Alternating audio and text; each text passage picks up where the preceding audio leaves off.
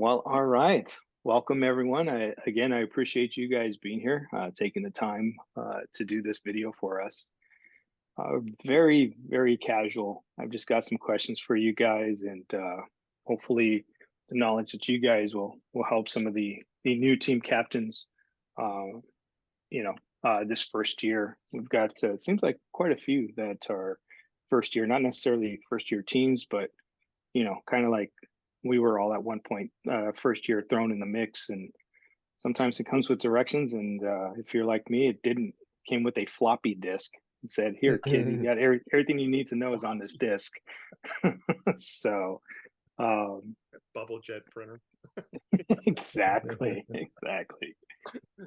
So I figured we'd start with if we could just kind of do a roll call, if you will, with your name, agency, if you want to throw it out there, and just how many years you've been a team captain. We'll start with that. And John, we'll start with you, and then Tony, Jeff, and then Mike.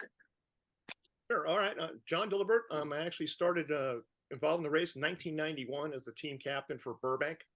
Did that till 2016. Moved up here to Ada County, which is the Boise area of Idaho. Started a team up here, and we affectionately call ourselves Team Spud. So, wealth of experience of starting two different teams, and the trials and tribulations that I think we all share, and frustrations. Outstanding. Thank you, John. Tony, what do we got? Make sure. Okay. I'm Tony Sager with the Stockton Police Department. This will actually be my second year, for lack of a better term, captaining. Nothing's wrong with your cameras. I am not a runner. It's funny when I show up, people look like this. No, I do not represent my team. My team actually are as a bunch of runners. I kind of got thrown into this because we hadn't run about 15 years, and then Chief McFadden came over from San Jose, came over to Stockton, and we're starting to look at things to help build them around the department. And he was aware of how this did so well at San Jose. We had one runner from SPD that had been on the team 15 years prior. So I call him the coach. He's the guy who gets everybody in shapes and gets their running plans. I just make sure everything's paid and everybody has logistics. So I'll be involved for this year, and then next year will probably be my last because I'll be retiring December 25. So my hope is to get my team pointed in a direction that I have people in place to continue going, and they don't fall off the wayside like they did in the past. Outstanding. Well, congratulations on your retirement, too. That's awesome. I hear it's a great thing. Yes. All right. So, Mike, what do we got, buddy? I'm Mike Wynn from Anaheim PD. I first started the race in 2004 as a runner when I first graduated the academy. And then I was thrown in as a team captain the year after because the person in charge actually lateraled to Anaheim PD, where I am now. Anyways, so I started there. I was a captain there for pretty much 10 years. Lateraled to Anaheim PD in 2014. Earned my, I guess, the respect here. They're like, man, this guy really loves this race. They're like, let's just give him the keys to the team too. So I've been doing it since 2016. So, around over 15 years as team captain. So I love this race. So outstanding. Perfect. All right, Jeff. Jeff Reese from the Kern County Probation Department. I've been team captain since 2009. I think this is our 16th year. I ran, out of the 16 years, I think I've ran probably 12, based, whether or not injury or not. And then I just recently retired. So I plan on doing this as retired for a hobby, but I'm not exactly sure how it's going to work, only because I don't have access to all my, they're going to give me volunteer status at the department, and I have to go in and get all situated, but it's just kind of different not being able to just crank out an email and just, and go see everybody. So I'm working on that. But like I said, I love this race. I mean, anybody that's here and doing it only does it because they love it, because we don't get paid for this. Right. So, Yeah, Roger that. Jeff, you bring up a point. Since I retired last year, I'm a volunteer with the sheriff, so I have access to the email.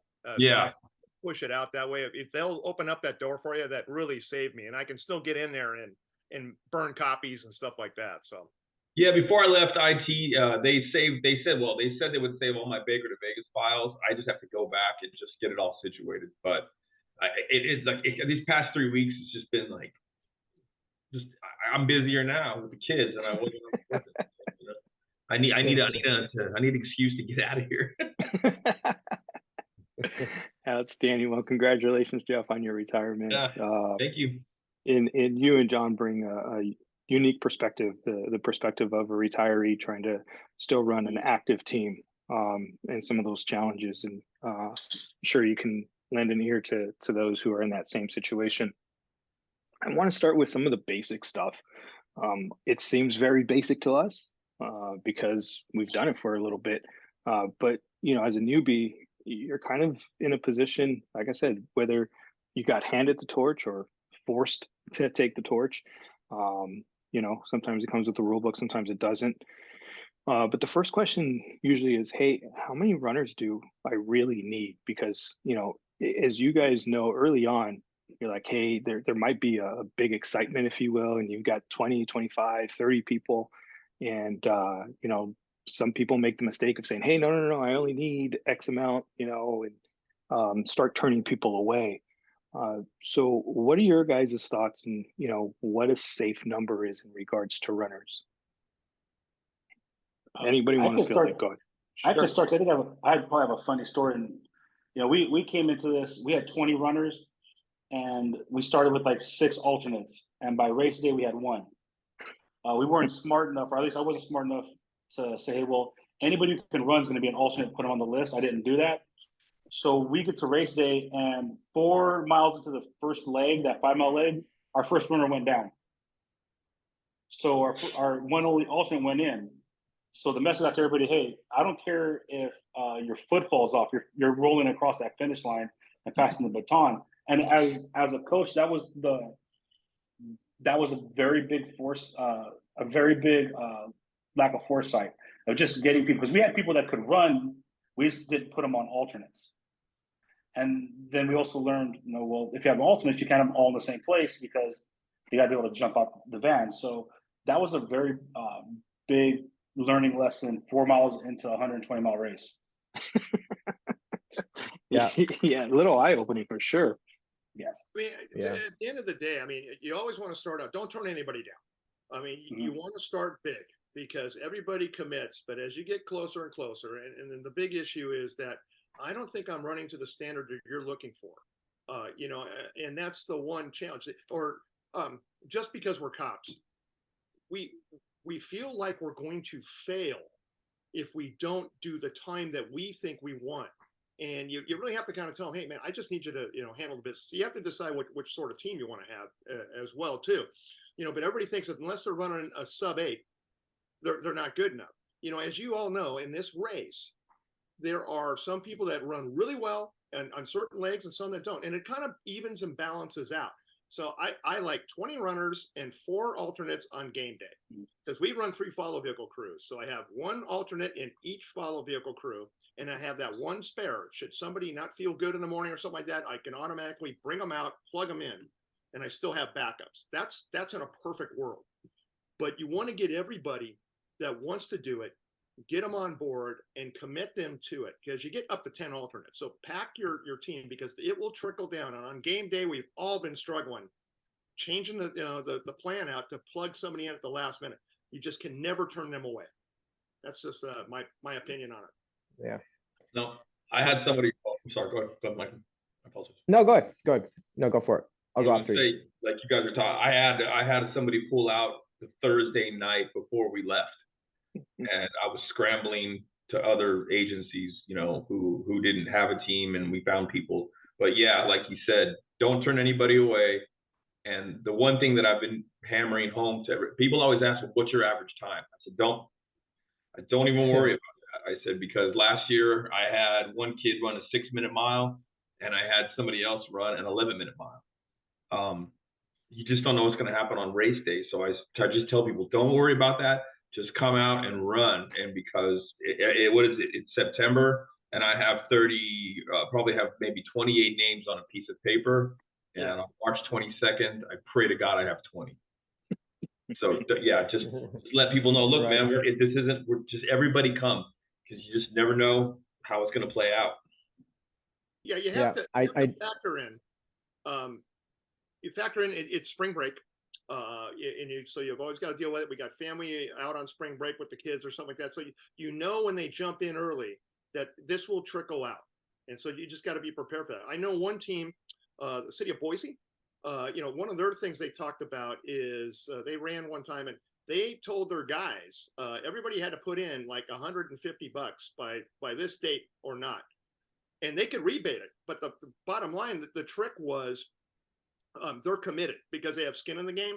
And so what happens is that if they have to bail out without a really, really good reason, that money just stays with the team. However, if they complete the mission, then they find a way to rebate some of that back. So some teams do it that way. I've never had to do it, but now that I'm running a combined team, it's something I have to kind of look at. Is that a good thing or a bad thing? But it's just gathering as many runners as you can, because at the end of the day, you're going to come to 20. Mike, what's your take? Ideally, like Jeff says, you have three support vehicle teams. So ideally, you would have one alternate for each, team. But in reality, for me, anyways, because we have two teams, we're pretty stretched. Nobody actually wants to sit in there to be like an official alternate. So right. I'll sadly admit that ever since I've taken over as a team captain here, I've never actually had a real alternate. My alternates are the people who drive the follow vehicle. So it's just the way it is. Like, if I had enough people to be alternates, I would totally do it. But the reality is a lot of people like, hey, if I'm not making the team, then I'm not going, which is unfortunate, or we just don't have enough people. But yeah, at the end of the day, it's for us too, being super competitive. We figured if we have to get an alternate out there, I mean, it's done for us anyways, because we're trying to be like, top 5, top 10, or whatever it is. So Sure. That's kind of our mentality as our team for the open team anyways. Now, you guys brought up two really good points. The first one is, placing your alternates. Where do you place them if you do have them? Because as a team captain, I've been in the same position that you're normally in, Mike. And I do the exact same thing. So I have a driver and a navigator. And guess what? Both of those names go on my alternate list. And whoever's sitting in that navigation seat, the direction is, hey, if our runner goes down, put them in the follow vehicle safe, make sure that they're safe, pick up the baton, hop, skip, crawl, doesn't matter to me, just get to the finish line so we can continue and we don't get DQ'd at that point. So, I've played both positions for sure. But let's talk a little bit about the alternates. Do you guys all have them in your follow vehicles, I should say? Is that generally what you guys do? I try to do the best I can. And if I go down to maybe 2, I try and look at the team lineup on where, if I'm going to have a hiccup, where would that be, and make sure that is covered. Okay. Anybody differ on that as far as having them in the follow vehicle? Okay. They're in the, in a perfect world, we have 4 crews just to make it easier on people. And there's one in each car. And, but like you guys said, I just tell everybody, bring your shoes, because it might come down to, you may have to jump out if we don't have an alternate. And, I do my best to make sure, because there's people that you can depend on, and there's people that are gonna, so I do my best to put my dependable people on the 10 miler and the 7 miler and the 8 and the hills and everything. So, and then if it's a new person, like I said, our person that ran an 11-minute mile last year, she ran like an 8-minute mile at our qualifier, and I don't know what happened. But she was on a leg that was flat, and she powered through. But you just gotta, you gotta know your runners, and you just gotta put your people where your best guess is, and hope they're not needed. You guys you mentioned something, Jeff, that I think sometimes gets overlooked, and I'm interested in what you guys have to say about it. Some of us we'll have time qualifiers, or we'll track our runners using some of these apps. You know, we use Strava as a team, kind of gauge where everybody's at. But here's what I've learned is, and I tell people this all the time, and for a new captain, you know, I think it's vital information to remind your runners, you cannot cheat the desert. And what I mean by that is, I mean, we saw it when we came back from COVID. People may have had a few too many beverages the night before, and didn't maybe properly hydrate going into the run. And it's almost like, hey, I'm young, I'm invincible, I've got this. And then all of a sudden you go out there and it's 105, or it's not even that, it's 90 degrees. But coming off that pavement, you know, it's a little bit warmer. And especially if you've had a few the night before, you know, that 8:30-mile pace on flat ground may just be 11, 12. Hopefully, fingers crossed, that you finished it and you're not flying out on the airship. Is that a fair assessment? Yes, I mean Oh that's yeah, for sure. the one caveat. When we have the final team meeting Friday, I lecture. We have a hospitality suite like everybody else does, right? And I'm very restrictive on what's there. Now I can't control them on the casino floor. Sure. I tell them, I go, hey boys and girls, your job right now is to go from point A to point B. And I'm telling you, you may have one. After that, you're done, because you're going to get schooled real fast. Just trust me, as an old guy who's run this thing 21 times, I get it. But you're going to learn. And I think, to our credit, we handled coming out of COVID. That was a tough late. That was the hottest one it's been in a long time. Oh yeah. The returnees have been telling the younger ones, hey, been here in this thing. You got to pay attention to that. And I think that's the one thing you really got to harp on the guys about. Watch this drinking. You're done, because it will creep up on you. I don't care if it's an ultra or a seltzer. It's coming up, and we show it. But you're right, Rick. It's an invincible thing. But you've got to stand down on them, and the team's got to put the peer pressure on each other, because we don't want to fail.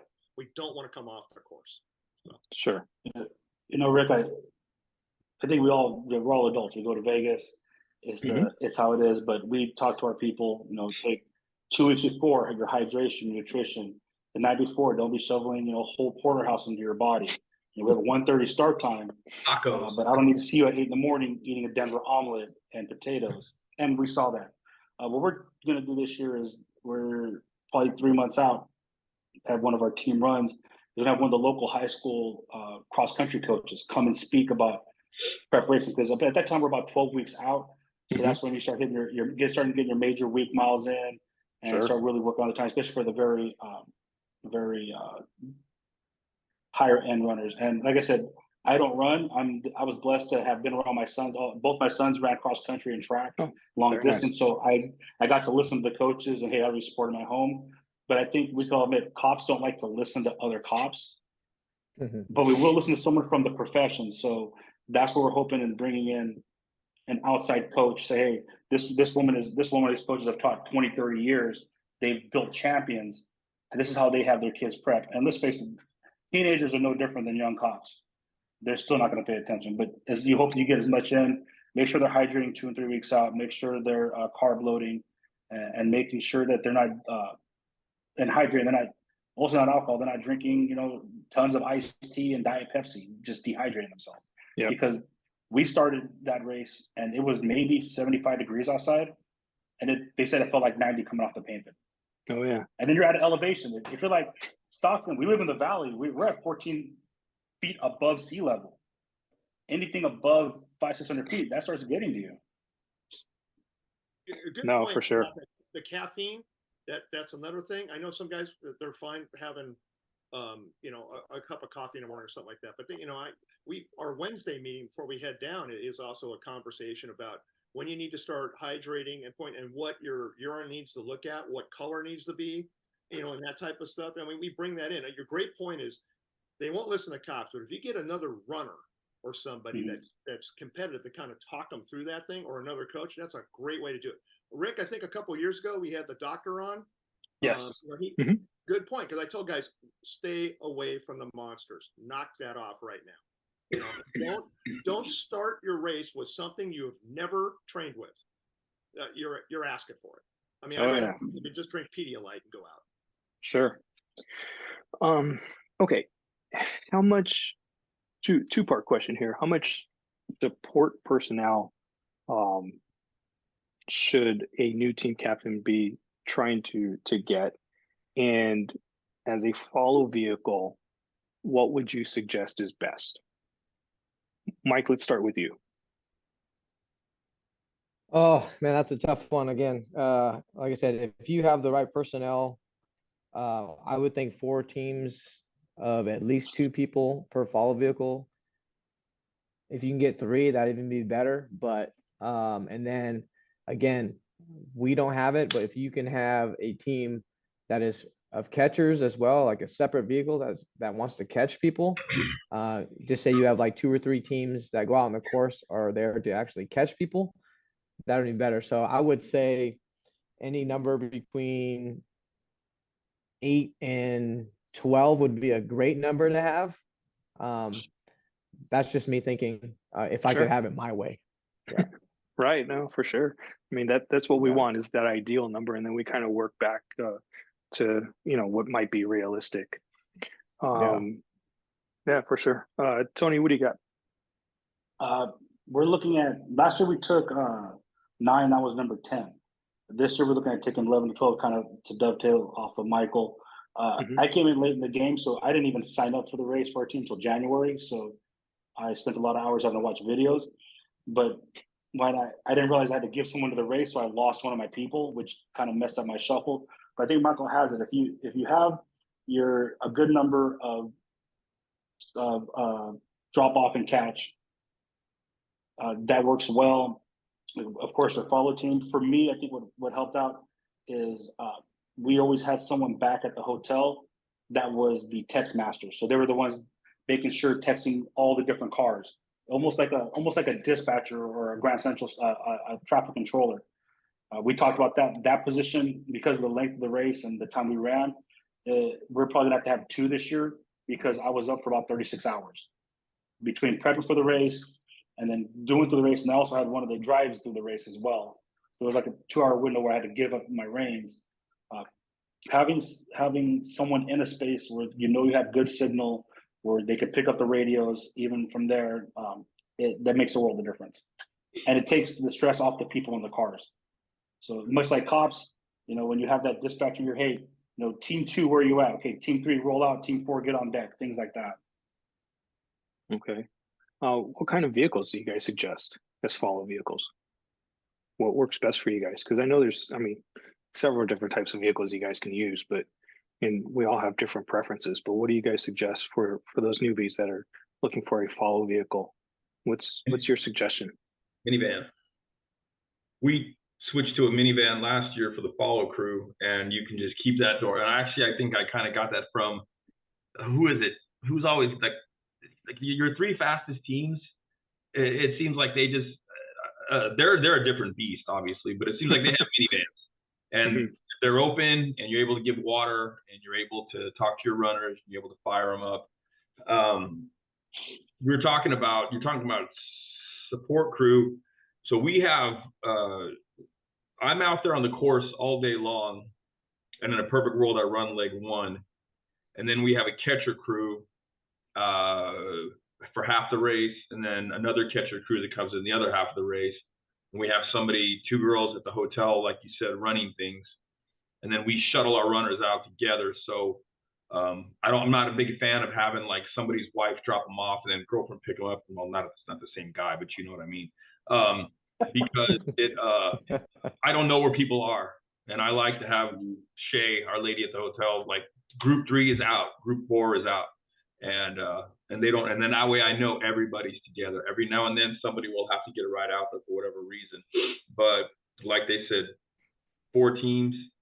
There's perfect with like 2 to 3 guys or girls in there, and the vehicles, like I said, a minivan for that. And I don't know if people do shuttle vehicles, that's a whole different situation, but I think the best follow vehicle is a minivan because it's spacious, it's open. Van. Okay. I agree. I mean, the mini works. because the sheriff likes to bring out this Rap Tahoe, which is, you know, a recruiting tool with all the pictures on it. It's not functional to me, but he's the boss. We'll do it. But I don't like it. I like that minivan. I like sliding open that door and sliding it shut when it gets windy and all that. Gives you options to help each Easier other to hand water too. Yeah. Yeah. So that's a good thing. And one thing I'll just say about when you talk about catching crews, you know, I like to run a leapfrog, drop off, and catch them. And because what can happen is if you have one catching crew covering like 4 people, what if one of your runners is stuck with the paramedics a little bit?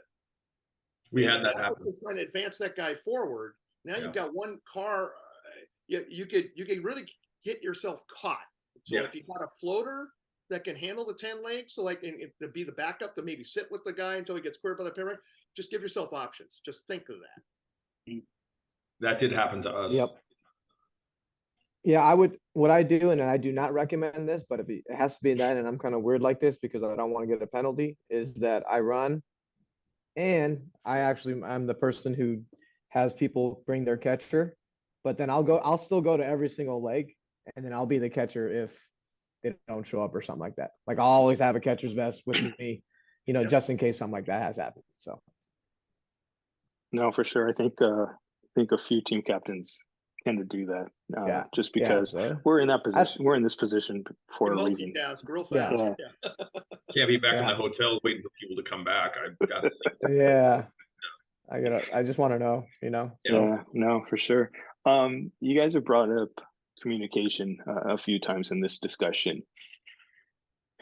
Do you suggest renting radios versus using just the FRS radios? And for those who are listening, the FRS radios are the ones that you can buy at Dick's Sporting Goods or Turner's or whatever the case is. What are your guys' thoughts on the rental of radios versus the FRS? Keep in mind, every team does need at least one FRS radio in the follow vehicle, but that's for race communication purposes only, not team to team, or not your own team communication wise. I will say since the beginning of the since the beginning of the race, in the beginning there was really no cell phone reception out there, but now I actually find it to be kind of decent. So our team doesn't rent any radios, and we've done fine. We've been able to manage it. I'm sure they work well, but for us, we don't rent them, so I don't think it's necessary. But that's just me. Who's your carrier, Mike? Just if you don't mind me asking, because it does make a difference out there. So AT&T actually worked really well last year. Yes. Good. Yes, AT&T, Verizon, no. So right. Okay, that's a good point. You guys are bringing out more cell towers, correct? Are you guys having those mobile things out there now? The mobiles are out there, but that is specifically for medical. That's our medical stuff that gets goes through that system there. Verizon brings out their crew, and all of our medical communication goes through those towers. Now there is a big tower that was put up in Dumont Dunes, but to Mike's point, I have Verizon. So at the top of Ibex Pass to about Chicago Valley, which is stage 8, 9, I was dead. I was in the dark. But AT&T, it's my understanding, has relatively good coverage throughout the entire course. Yeah, we were maybe 2 legs. We didn't have any service, but in the past, to get a hold of the hotel, we had a satellite phone, you know. Sure. But it seems now we can get a hold of the hotel pretty easily on our cell phones. And the FRS we just use, like you said, for the follow vehicle. But I noticed last year it was all text and phone calls. So okay, Tony, what's your thought, Tony? It was our first year, so we didn't read the fine print. We rented radios, not realizing that the RFRS wasn't part of the rental program. So as we know, long distance running community is a very giving community. Somebody had an extra radio, said, "Here, Stockton PD, go ahead and borrow one of ours," or we would have been dead in the water at the beginning. So anybody who rents the radios, know that you got to bring your own FRS. I know you said you need one. That's the asterisk. If you rent it, we will not give you one. Now, we'll say that we did not use the radios much at all. We used our cell phones, and we discussed next year just going straight FRS. Oh, okay. Very interesting. it also depends on the age, tenure of your team. If you've got folks that have been involved with the race a couple times, they get it. They understand, how this is going to work. The one thing I started out the first year in Ada because none of these kids knew this thing except me. I had radios pretty much on all my shuttle cars, stuff like that, so I could communicate. But the one thing I always do is the follow vehicle always had had a mobile that would go back to a base station to Vegas. So at least I had situational awareness through them. And then we'd issue some portables out. But it depends on your team. I have scaled that back to save dollars. You can do it effectively. Obviously, when you get the perump, then you're good. You can kind of call in for every little thing. But you just have to kind of know, is your team feeling comfortable being able to just go car to car and then leapfrog that up? Okay. Yeah, the way we update our communication is we have a signal chat group for the team, and then in the follow vehicle, every time they finish a stage, they type in there what time that runner finishes a stage, and so it coincides with our time chart, and that's really all you need, So, I mean, if they stick to your ops plan that you write, I tell people, all else fails, stick to the ops plan. You should be everywhere you need to be, and that should work. And you can adjust. I mean, and now Rick, where you can track your own team and other teams, you really have much better situational awareness than we've ever had. So, I mean, you should be able to figure this out, whether you're running fast or slow. We just got to move the groups out a little different. Yeah. I spoke with Gemini because those of us who have Verizon, Gemini is our timing company. Those of us who have Verizon had some issues receiving the text alerts last year, and we were able to figure out what the situation was, and we're able to fix it. So you'll be able to, just as we have done the last couple of years, enter the teams that you want to follow, and you'll be able to get those text alerts on your devices. So there is that option as well.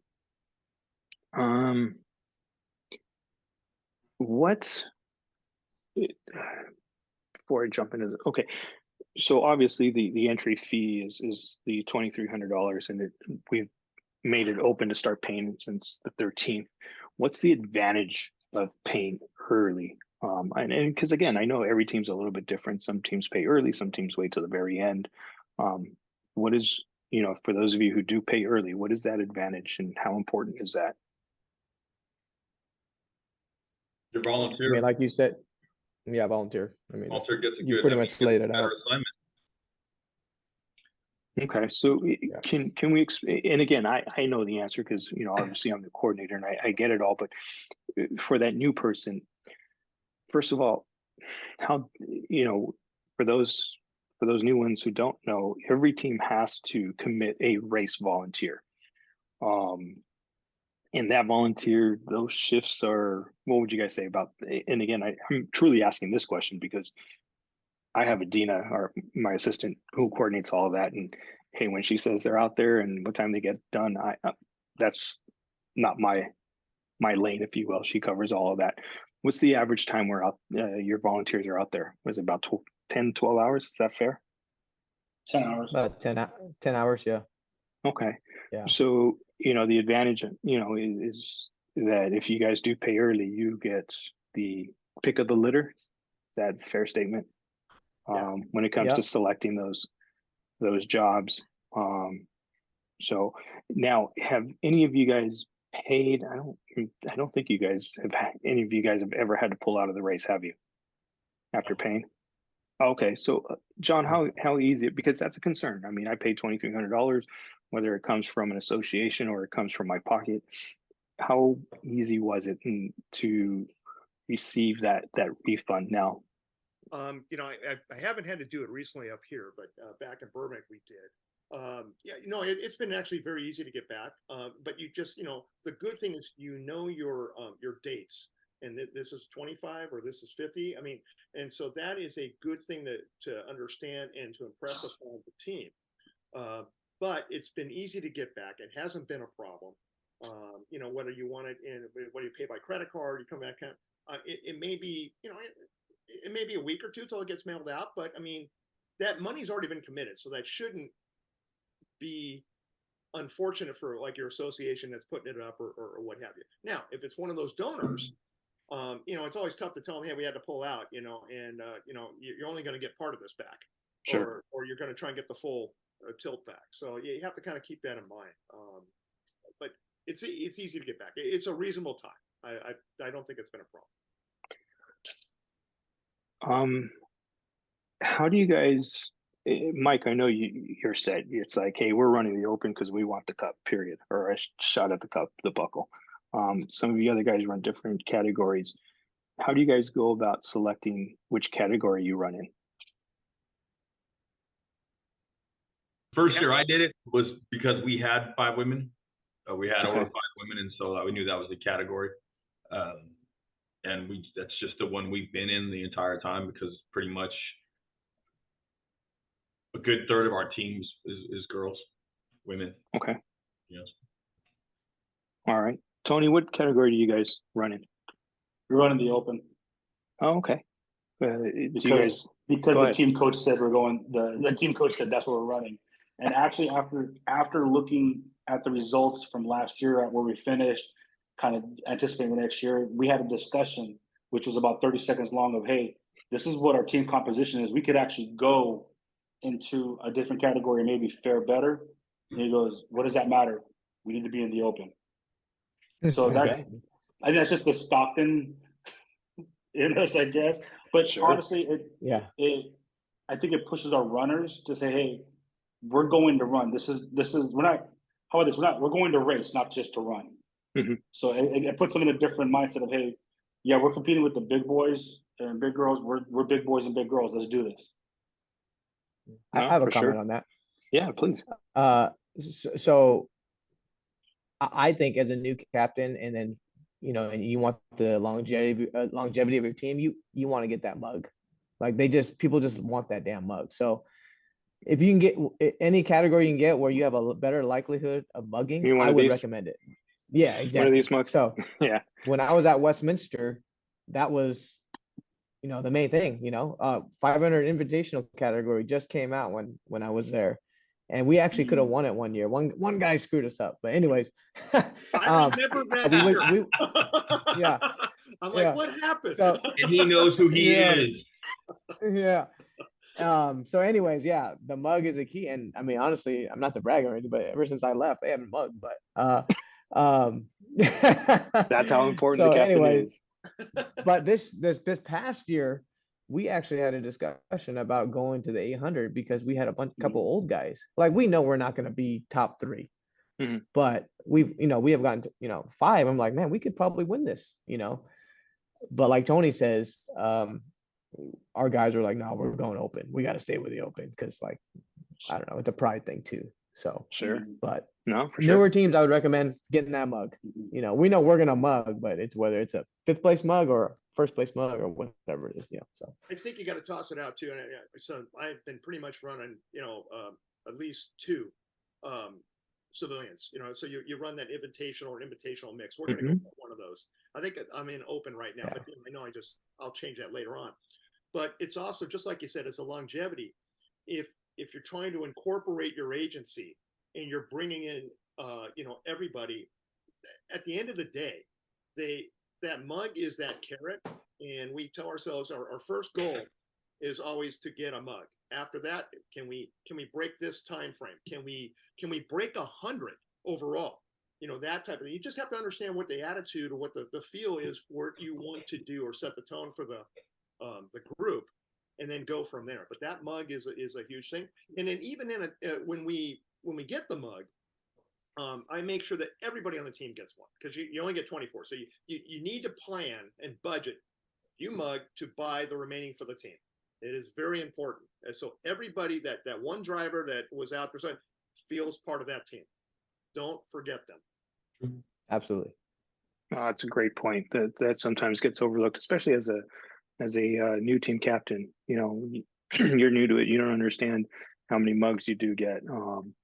But no, that's a good point. The entire team gets mugs. I've done the same for, if we were lucky enough, because our team tends to be pretty slow. If we were lucky enough to get mugs, yeah, you get your support personnel the same mug. No, here's a good one. So as team captains, 2 parts. How busy should I expect to be race weekend starting on that Friday, number 1? And number 2, is there an advantage for me as the team captain having my team together at one hotel? And is it advantageous of us staying at the host hotel for simplicity's sakes? Go ahead, sir. Expect to be busy. But it's good. For me, I learned, and it really helps. Like I said, I have somebody at the hotel that helps me. And last year, come Friday, everybody went through her. And she checked in with me and said, so-and-so's here, group so-and-so's here, group so-and-so's there. Like I said, especially because I run leg 1. So I've got that on my mind, and then I've got other things going on in my mind. But it doesn't end. I mean, it doesn't end to your last runner crosses the finish line. And if that's Sunday morning, it's 5 or 6. So expect to be mentally busy, because you're just going to be, thinking about the race the whole time. And you definitely, if you can, you want everybody staying at that same hotel, because just for your own sanity, that way they're there, they're going to be there, and they don't have to get an Uber from the Golden Nugget or wherever they're going to stay, And so if you can get them to stay at the host hotel, I would definitely suggest it, because that's where everybody is, and the party's there. I mean, that's where the award ceremony is. Right. You can just walk downstairs and go collect your mugs. Outstanding. Anybody else? I prefer them all at the same hotel because I can find them. However, we come from Idaho, and respectfully, we don't make the money that maybe they make in LA. And so we have to ship our guys 10 hours by car down to Vegas and 10 hours back. So we have to kind of strategize. Wow. And I have to use those cars as part of my shuttle. So I have to kind of plan all that. If I have them all there, it's great. However, I just say everything leaves the CP. So if your call time is this time, you have to find your way. You can stay anywhere you want, but you got to, to budget, but you've got to get here to the CP to leave. So that's on you. And I had 2 runners last year that were going to walk over from their hotel. I don't want my runners walking from their hotel to the CP before they're going to go run. I mean, there's too many things go wrong, and I don't want to tire her out. But sure. I just like them all there because I can see them, or they can pop in to the CP at any time and chat. Hey, what's our update and stuff like that. It just, there's that. I guess that I want to say that mother hen type thing. I just feel comfortable. Like I got eyes on everybody, and I know they're going to be okay. But it is what it is. I have to allow them to work within the budget. And certainly this year, we're talking about March Madness. That gets factored in. So you have to kind of plan for that. And they're going to go where they're going to go. But they just, if you're good with that, just know they got to be where they need to be on game day. As far as busy wise, yes. Every year I expect to be up from Saturday morning early, and then I don't sleep until Sunday, whatever time, 10 o'clock or whatever it is. What works for me is I usually have a team meeting on Wednesday back here. Our team doesn't have the luxury of having shuttling, because they don't want to actually, shuttling people from one hotel out to the race course. Everybody here does their own thing. They got overtime scheduled up until that freaking weekend. So they're doing their own thing. Everybody, for my team anyways, everybody gets out there. They know what time to be there. So I see how it can be advantageous if you do have a shuttling service to get everybody at the same hotel. So I would recommend that if that's what you guys do. But for the team party, yeah, it's nice. And at the host hotel, having it there, it's just convenient, picking up mugs and things like that. So, yeah. Tony, you got anything? Yeah, first year, and we were late in the game. People just trying to find rooms. Host hotel was for the most part already booked. This year might be a little bit different. Hopefully, some fundraisers can help mitigate some of that. But also, these are people who we entrust with weapons and to protect lives. So we do set out, I think Jeff said, with the op plan. This is what time you need to meet up. And then what I did last year is I put each of the shuttle car drivers, they're runners with their team. You're responsible for making sure they're woken up, that they're at the CP. And for us, the CP was at the Rio, much near the the game book over there, kind of where the snack bar is. But Mhm. everybody had to meet there to take. So if you're going to meet, shuttle 2, and your racers, they'll call it 4, 5, 6, and your driver and your catcher, you had to be there an hour before it was time to leave. That gave people some kind of time to do their 4 S's before they get in the car, because you get the out there, you're kind of not paying attention. But that kind of gave me also as the team captain, hey, okay, I see my team, I see my drivers, I know where the car is, and I'll go. And that was part of that coordination. But like Michael said, I plan on being just busy from Wednesday to Sunday after the last person crosses and I go eat breakfast. And I think it's important for captains and coaches to let their families know. Yes. You're not trying to ignore them, but this is an extended engagement.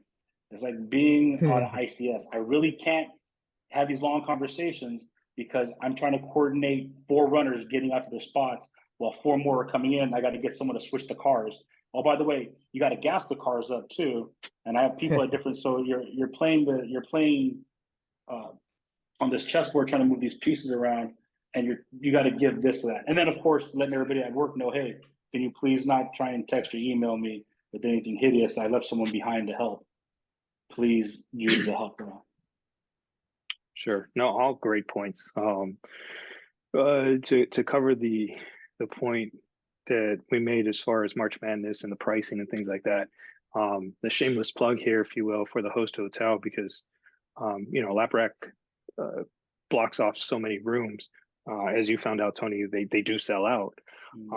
These prices include using the Laprac passkey. These prices include the resort fees. These prices were negotiated, gosh, I don't know, 6 years ago, 7 years ago, before inflation hit, so you can't get the rooms at that hotel at a lower price than if you use the Laprac discount, and you're going to be pressed pretty hard to find a room rate on March Madness weekend for the price that you're going to stay at the host hotel. And say what you want, but if you're there for the race, it does serve its purpose, and the hotel is going through some upgrades. We've been advised of that, so for what it's worth. 2 things for the shameless plug, Rick. Sure. First, the biggest thing I push about that is, guys, that $35 resort fee is huge. Anywhere else you're going to go, you're going to get tagged for that, and not that you're going to go in the gym after you just ran right. Right, and you don't need 3 phone calls. I get that, guys, but that's already booked into that. That's huge. And the other one that we forget, and it takes me like half a day till I remember, the restaurants and the bars in there give you a little discount if you show that card that you're part of the race, and that's like 20% off. So I mean, I use that as a pitch, because I can get them all there, and it works out better. And they have some good deals, and the rooms are reasonable, and they're doing a refurb. They're getting better, so I lean toward it. But I understand people. I go to Hilton because I get those points or whatever. Okay. Sure. Yeah, I can't argue that. I can't fight that. I've got about 3 or 4 more questions for you guys. How do you guys figure out how to place your runners? As a first-year captain, it might be a little overwhelming to figure out, hey, where do I place this person, or where do I place that person? What is your advice? All right. What I do, that Strava thing is great, since we can really get all the team runs together depending on your layout of your city, county, or what have you.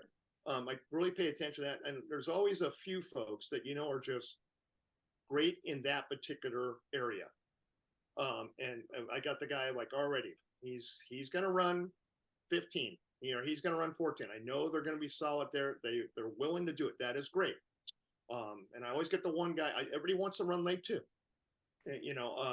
But what I really look at, my whole thing is I look at the team's makeup and what they're doing, and I want them to be successful in their leg. I want them to feel good about their contribution.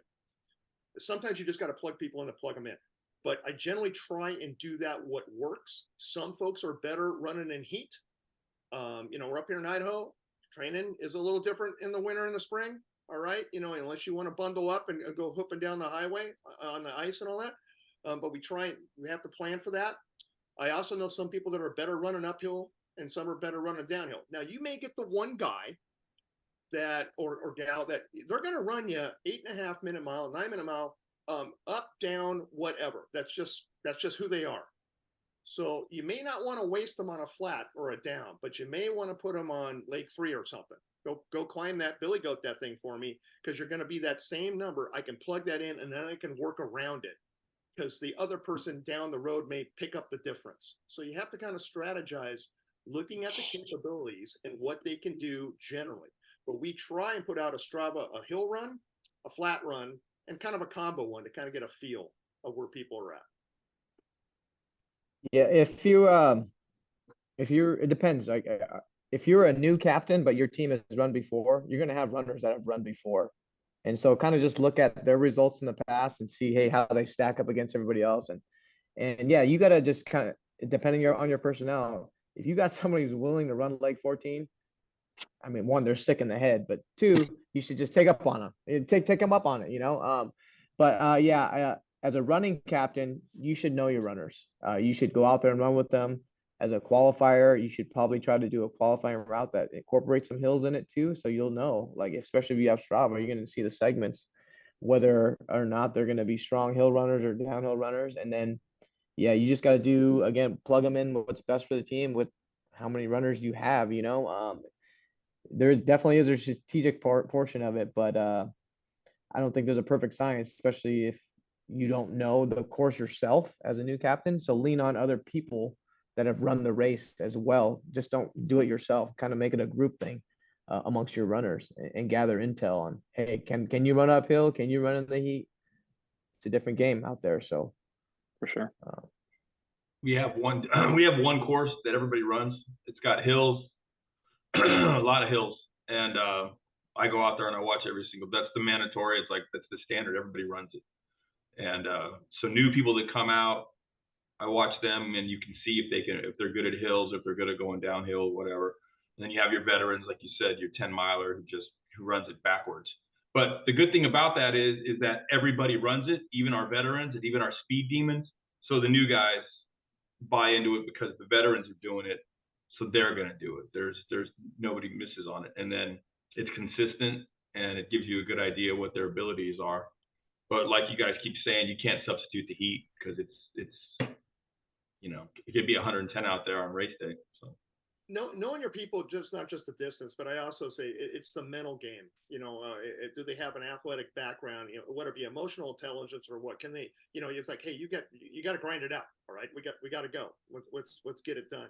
But yeah, I go to that, just like Mike says. You know, you're looking at past practice and you're looking at who their makeup, and you kind of know who they are. Knowing your people and how they handle business, and you can plug them into some spots a little bit easier. Tony? Like I said, I was fortunate. One of my runners is the team coach captain, and he's one of those guys who's been running forever. So when we're recruiting our team and people say they want to come in, he knew already the certain level of fitness, certain level of running capability. But one thing we implemented this year as a learning is, hey, we're going to have team runs so we can see how you run. Obviously, Stockton's in the valley, so we're taking a couple of trips up to the foothills, see how they run in that. Our time trial, lack of a term, our good time trials will be in the hills, because we're seeing if you can run on the hills, you can run on flat land. But then also, it's just knowing your people. We do have a person that doesn't mind running, 10 miles uphill. Bless her.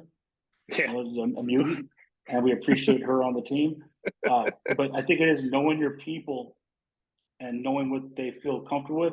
But the one thing we have people who run, but running is different than a race. So we've told our team, if you've never been in a race, any of the new people, even people from last year, between now and then, we need you to go run even something simple, a 5 or a 10K, get in a big group of people, learn how to pass around people, because there's an art to it, and that builds that mental toughness with them. You already take a person who's already an alpha or very tough, but it's hard. And we ran, most of ours was through the night because of when we started last year. And I even had my best runner saying, there were stretches where I didn't see the headlights or the taillights of the car in front of me. And your mind starts playing tricks on you. You start hearing the wolves out there. You think there's bears, the cactus are waving at you. And these are people who are who are gifted runners who run a lot, but running at 1 in the morning in the desert when it's pitch black and just the police chaplain van is next to you, it will play the tricks on you. No, that is a great point, Tony. I mean, I've been dumb enough to run 14, and yeah, no, that's no joke. And yeah, my mind really started playing some tricks on me for sure. You're right. You run 15, the guy goes, run to the light. The light, I'm not supposed to be Where? running to any light. This isn't a good idea, but it looks like it's never getting any closer. One thing I would say, depending on your start time for new captains, that leg one runner needs to understand you're going to go about 2.5, 3 miles without water. You get the little water station, but you got to kind of plan for that. Do I have somebody that's strong enough to power through that without hurting themselves? I mean, can just get it done in a timely manner, do well, and then pass it on, because that can screw some people up. They're like, they just get afraid of that. And we all know, Pete's great out there to start it off, but he gets into their shell a little bit talking about it. So you got to have that strong kickoff that I will get it done. Well, I don't think any of you guys will argue the fact that although one is not difficulty wise on the higher end, you do need a veteran runner in that position, because I've run one myself, and I'm not a racer, but I run. And I found it very easy to get caught up in some of the stuff we're talking about here, as far as bang, there goes the gun. All of a sudden the adrenaline spikes. And I'm running. Back then I was maybe running an 8-minute mile, 7:30 at best. And I'm looking down at my watch. I'm like, dude, I'm running 6:30s. This is stupid. Right. And it's hot. You've got to back this bad boy off, because if not, we're going to see the pavement in a minute. You get caught up real fast. You get humbled real fast in late one. Not ready for it. Yeah. One more strategic point about runners is your best runner should definitely be, I know this sounds simple, but some people don't do it. Your best runner should be on the longer legs. Don't stick your good runners on these short legs. You're not maximizing your team's capability. So no, simple, for sure. Some people don't do that because they're like, oh, some prima donnas out there, hey, I want to run like 2, like, or I'm not running at all. Well, really? I mean, right. No, I totally understand that. Again, why are we there? Are we there for the team? Or are we there for our own personal gain? And hopefully the answer is for the team. I preface the season, like right now, I tell everybody, look, I'm going to do the best to give you what you want, but I make no promises. I'm going to put you where I think it's best for the team. If that's not good, then we can just go our separate ways. But they have to understand that they can run anything in a 24-hour stage. And I know a lot of people want to do leg 2, like you said, and then they're back in Vegas and blah, blah, blah. But they have to understand that you could run anytime. So just be aware of that. And that way it's already in their head. I mean, I had a guy, a badass cross-country guy years ago. He didn't even want to do my time trial. And I'm just like, I mean, I knew he could do it, but that wasn't the point. So I'm like, you got to do it. Because that just takes away my credibility if I start saying, okay, and then, so yeah, you just say at the beginning, look, this can happen. So you can run anytime. And your leg could literally be changed Wednesday before the race, which is what happened last year. So just be aware. No, for sure. Okay. How do you guys go about figuring your overall time? Is there any tools that you guys use? What method do you guys use? I know what I do, but I'm asking you guys, what is it that you guys do to figure out that overall time? And as a coordinator of the race, I'm going to say it is extremely important. I don't expect it to be spot on, but it is extremely important that we're in the ballpark, because what we saw last year is a couple teams who sandbagged. I'm guessing they just kind of threw out a number, and we had to stop them. I mean, we continuously had to stop them, and because the race isn't, it's not like at 8 o'clock in the morning we say go and we set up and everybody's ready to roll. We roll out the starts of every stage, or else our volunteers would be out there for hours. That's not fair to them. That one team was like a leg and a half ahead. I mean, I came down the hill, like, Is that Manhattan Beach? I don't know who it is. Yeah. I am not putting anybody on blast. You know what I do? I only know that. Yeah, I look a lot at, if I know them from the past, I look at previous history. You know, I kind of factor that in, is that's going to be their pace on this particular leg, whether I move them or not. Then, you know, if you can use the Strava and get an idea of how they're running, you know, on this type of terrain, you kind of plug that in. And then I put in, you know, you got to put in a little fluff in there because game day can get a little screwy. But Mhm. I try and aim to get within 15, 20 minutes, and I can do pretty good. I have a time of just looking at history and watching them and knowing them and how we can kind of encourage them. Again, trying to get them plugging guys in and to be the most successful in that particular leg for them so they feel good. And they'll tell you, if you ask them, most will fit. Most will give you a different time because, you know, it's going to be slower. So probably going to run up game day, the emotion, they're going to run a little faster. But I kind of factored that in. But a lot of it is just looking at history and looking at Strava or your time trials to get an idea of where they're going to land. Because you don't want every year. Yeah, every year when I have my top 20, I always take the top 20 and whatever leg I have them assigned, and I go to every leg from the previous year. And I kind of see where they compare, and I use that time. I know my runners pretty well, and a lot of the runners we have kind of run the same leg every year. So depending how they're running that year, it gets pretty close. So that's how I do it. And then I would recommend not using like whatever qualifier you use. Don't use exactly the time they ran on their qualifier and match it to the time like leg one, because it's gonna be slower, 100%. And then you're gonna be like 2 hours behind your estimated time. Everybody's all discouraged and pissed off, you know, because of that. But yeah, give it some fluff, like you said, because it's just not the same. So I don't know how many meetings I've been to. I'll cop out. You know, everybody's talking about those meetings we've all been to, the meetings from that just go on and on. And I have probably go through the pad and I'm doing the team, the numbers over and over again. I probably start with one, and as I get closer to putting in the ops plan, I've had 15 different variations because I pull off a minute here or 2 minutes there. But yeah, right. you just got to keep milking with it to feel it. If you do it a couple of times, then you got it. Then you know. But you just keep plugging. Tony. Last year was our first one, so we just kind of had to give the best Common Core math guesstimate based on our runners. And the funny thing is, we looked at the end, and we our coach was like, "Hey man, we could run this. This is what they're running." And we get done. Unfortunately, we were way far slower. But when I did the math, we were seriously 30 to 45 seconds per mile slower for each runner. Yeah. So they were consistently off.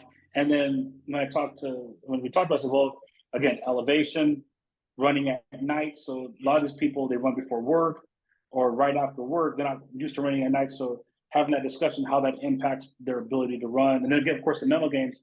But the good thing is every runner we had, and we're hoping our whole team comes back and get some new runners too. Every one of them, when they finished, said, I know what I did wrong. I can make the time next year. I know exactly what I did wrong and where. And that's the great thing about having a team that's out there for the team. All of them said, I want to run my leg because I think I'm good at this. And I think so-and-so did better at their leg. But I had a runner seriously come off his leg A, took 30 seconds to catch his breath, asked his time, did the math, and he goes, okay, I was 45 seconds per mile slow. He goes, I know where I messed up. We'll be back next year. Before we even left the med center. So I think that's a good thing. Just understanding, like you said, those time trials, that gives you a nice base, especially if you're for the first year coaches. But I'd say whatever you're estimating, give your runners about another 30 to 45 seconds per mile. And that's going to be your realistic time. Okay. Yeah. What that also does is allow you to get your people there on time too. You know. This is true. So for sure. Don't cut it too close. So I started something, and you're not going to hurt my feelings if you say, hey, don't bother with them. But I started something when I started coordinating the race. I started these videos and in hopes of, as new team captains came in, or as somebody came in to the race late, that they can almost play catch up, and all those answers to the questions that they have are there for them. do you suggest to these new team captains to go through those videos, even if they went through some of the last year's stuff, or Absolutely. Yeah, Thought most about They're good. definitely. They're good, Rick. They're good. And honestly, Rick, I think I could pick your voice out of a stadium by now. Coming in late, I might have watched 40 videos over a weekend because I had to get caught up. That's the only way. That's the only way. But there's so much knowledge, and put it on 2 times speed if you have to. Right. But for a team captain who's coming in this year who's never done it, maybe have 1 or 2 runners that ran with other agencies, it's important because there's little bits and pieces in every one that you do. Even if it's like, hey, I'm just repeating this about when stuff's due. There's always a gem in there. And I have 3-4 pages of notes with, okay, episode 1, blah, blah, blah, episode 2. And I took notes over seriously like 3-day weekend. And that's all I did. I would get groceries, come back, watch videos. Go to my kids' dinner, come back. And that's all I did. I didn't watch any of the TV. And it helped me because when I got caught up, I felt caught up. I felt like I know what we're doing. And I think I still emailed you every now and then, hey, Rick, what about this? What about that? And might have missed stuff. But I think they're great. I actually would go back and look at prior years because you don't know. But last year's videos were an immense help. Good. Hey guys, I got to go pick up my kids. Retired Yeah, live. All right. If I don't see you at the meetings, I'll see you in Vegas. All right, brother. Bye, guys. All right. Take care. Take care, Jeff. Rick, Go ahead, John. 3-4 minutes. That's great. Those Monday mornings are great. A refresher. I got my to-do list. Like, oh yeah, I need to go do that this week. You get up stuff. I love the ones. You got the follow vehicle one. You've got this one. I can just send that link to all the follow vehicle people. Go catch this one. Go read this one right now. So I can simplify it. You cut it down. Very positive. I recommend all team captains stay on those things. And then just like we talked about, you go back a little bit. You can go look at last year's. It's not going to change much. I'm going to bet Rick looks at what he put out last year at the same time, and we'll kind of refresh that. But you're going to pick up info. And even as old as I am in this one, I go, oh yeah, I forgot about that. That's something I probably need to double check on. So good stuff. Yeah, but I wish I would have had your videos when I first started as being the captain. So I mean, they're obviously useful. So I remember just going every meeting at the academy and being overwhelmed. But yeah, the meeting, your info is good. You don't even have to go anymore. So Good deal. And that was the hope is that you could step in and just kind of play those and play catch up as Tony did last year and just be ready to roll. Rick, you also did every once in a while because you were bored or something. God love you. On a Sunday, hey, I'll do something. And I remember I went on 2 of those with you, and somebody had a rules question or something like that, and we handled it right there. That they hadn't read the whole rubric, or they had maybe they wanted to understand it better, and it worked out great. Or I'd say, hey, you know what? Give me your name, number, I will call you, and then we'd walk through it. So I think those were great too. Okay. You mentioned ops plans. You guys want to touch briefly on what those are? Since we're running a little long here, you guys want to touch briefly on what you guys mean by ops plans? I'll let Anaheim, since they've got a good one. No, well, I mean, the ops plan is just we have a time chart. We give certain times for. So there's a estimated time of the start leg, but then there's also the estimated or the time we want you there. So I used to say 2 hours, but now now that I know my team is like 1.5 hours now, just to give that buffer before the time, to deal with traffic and all like that. So again, that gets handed out Wednesday before the race. Everybody has the same plan. It has people's contact numbers on there, where the party's going to be at. It's all on one sheet, all the information you need. Start again. The time chart is the main thing because that's what we're there for. So just keep it simple. Yeah. I did our time chart on a spreadsheet, kind of color coded by where they're going, anticipated time of start, time. So when time that you leave the Rio, anticipated time start, and then for each leg, had everybody's numbers. It said who was the driver, who were the catchers. Then I had another sheet that was the itinerary for the weekend, kind of you would do like you're going on vacation. Hey, this is team dinner. Hey, this is when we're doing this. This is we anticipate here. This is when the award ceremony is. And then like Michael said, making sure everybody has everybody's information.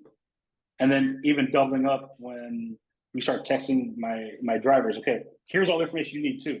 these are all the people on your card. These are their cell phone numbers. Start your own string. I'm starting one for you.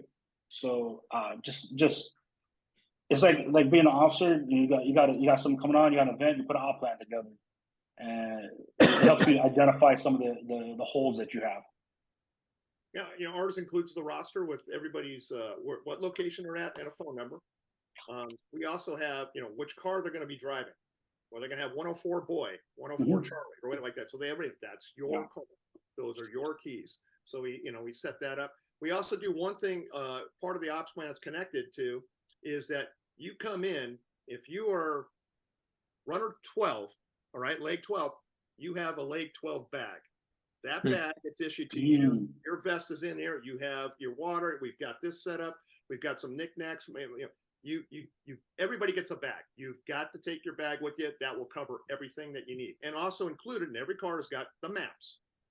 You can put it on the op plan, but I found it was easier for me to get one set of maps that dump into every glove compartment of all the cars that are going out. So that way I don't have to make multiple copies, and stuff like that, but it's there. So that's a good thing to add in somewhere. Maps, because they're going to miss that turn in Perone. One or two guys are going to go straight. They're on their way but help them out with that. All right, guys, great information. My last two questions as we wrap this up. Number one, any additional information that you would throw out at a team captain, anything? And then number two, this last hour or so that we've spent here, we've talked about how demanding it is of a team captain. Let's just be real. I mean, it is not an enjoyable weekend. You're not out there to, partake in the festivities at all. I mean, you're as a team captain, you are humping the entire time.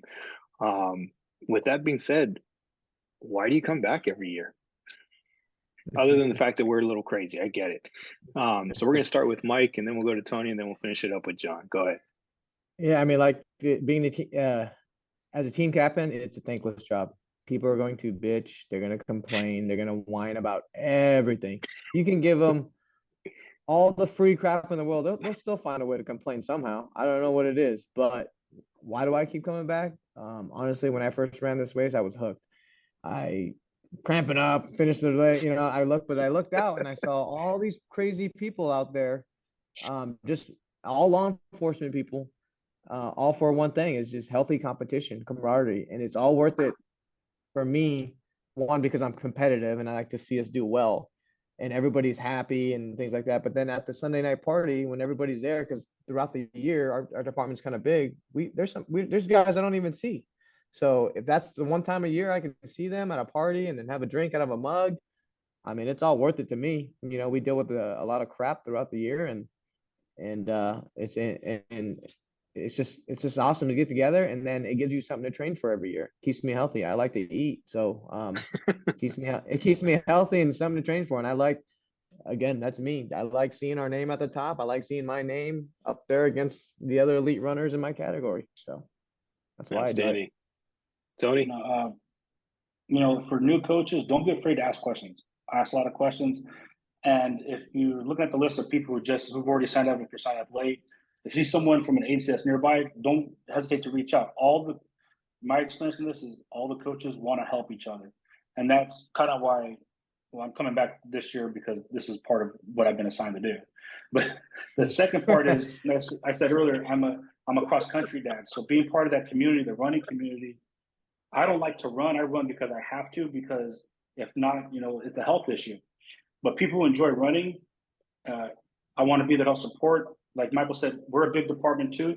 This might be the only time you get to actually have a meal with somebody or be part of that. But when you see someone on a call, hey, we're part of the Baker to Vegas team, it's huge. And for me, being part of that is enormous, because 15, 20 years ago when I was a young cop, you had to be I was told you had to be an alternate runner to be a support staff.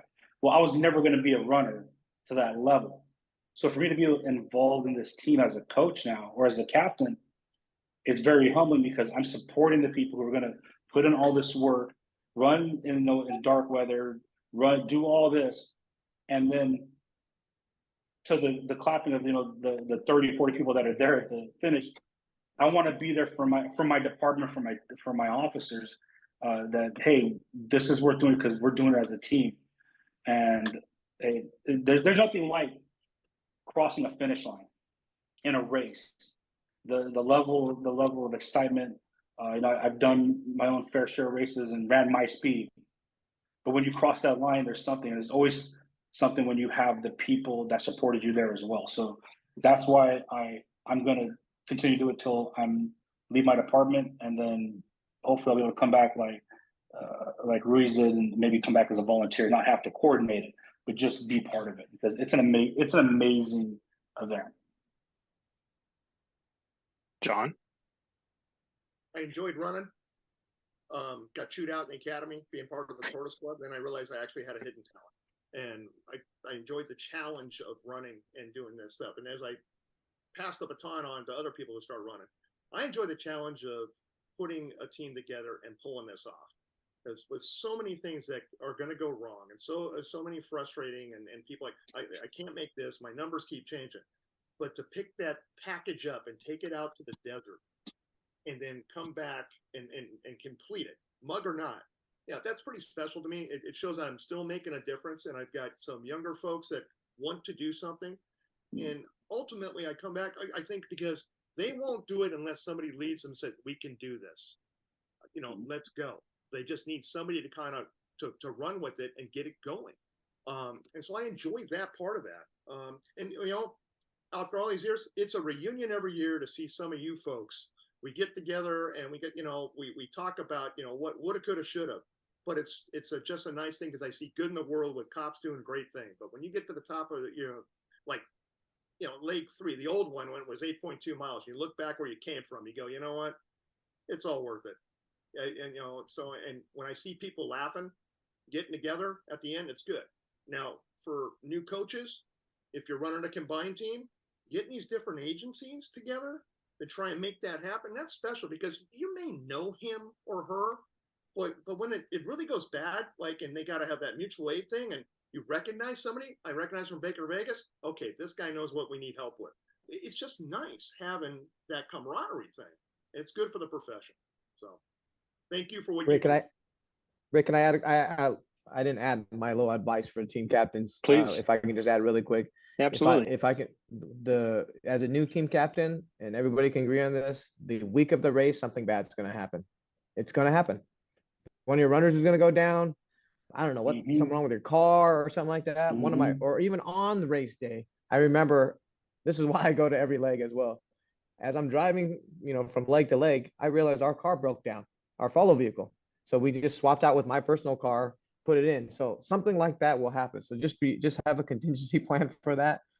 Try to get some runners in the back burn. Just be prepared. Don't be discouraged. And then we kind of touched upon it. Take care of your volunteers, especially the person who works out on the course.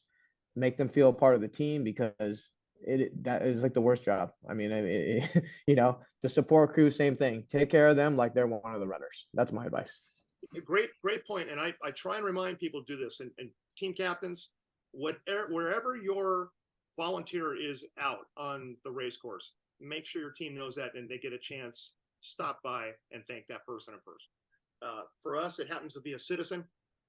So that's great. That is huge. If you got a citizen jumping out there being your volunteer, go for it. All right, guys. You guys, I can't thank you enough for taking the time out of your day and doing this. I'm sure these new team captains are going to be get a wealth of knowledge from this video. I thank you guys. I look forward to seeing all of you out in Vegas or at just around here. So you guys take care of yourselves. Stay safe. If you guys need anything, you know how to get a hold of me. Thank you, guys. Thank you, guys.